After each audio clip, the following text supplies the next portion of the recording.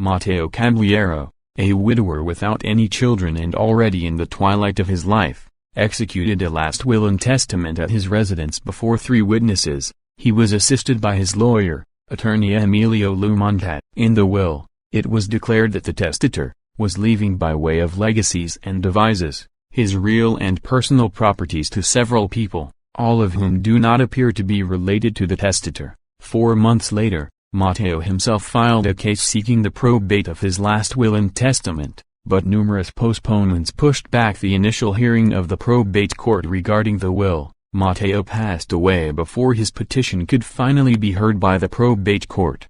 Thereafter one of the legatees, Benoni Cabrera, sought his appointment as special administrator of the testator's estate. Petitioners, claiming to be nephews and nieces of the testator, instituted a second petition for intestate proceedings.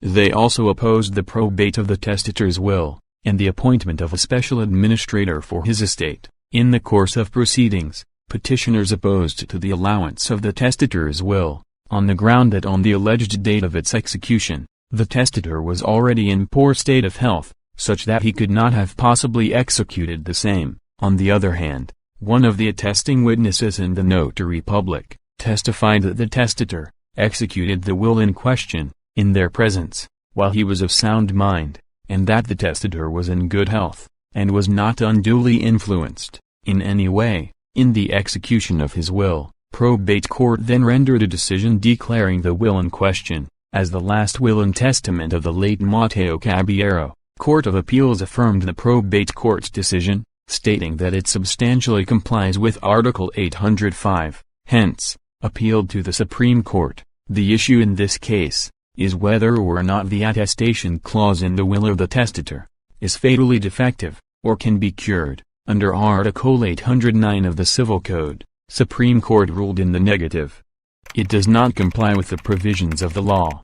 Petitioners contended that the attestation clause in the will failed to specifically state the fact that the attesting witnesses witnessed the testator sign the will, and all its pages in their presence, and that they, the witnesses, likewise signed the will and every page thereof, in the presence of the testator, and of each other.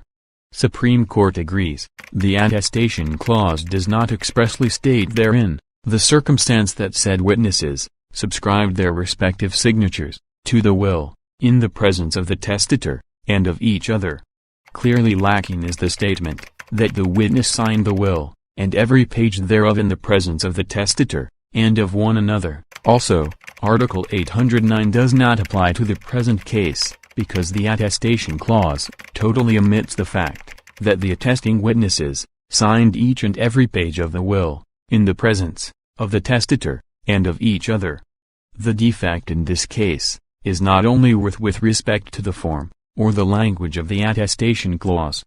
The defects must be remedied by intrinsic evidence supplied by the will itself, which is clearly lacking in this case. The phrase, "and he has signed the same, and every page thereof," on the space provided for his signature and on the left-hand margin, obviously refers to the testator, and not the instrumental witnesses, as it is immediately preceded by the word, "as his last will and testament." Therefore, the probate of the will is set aside, and the case for the intestate proceedings shall be revived.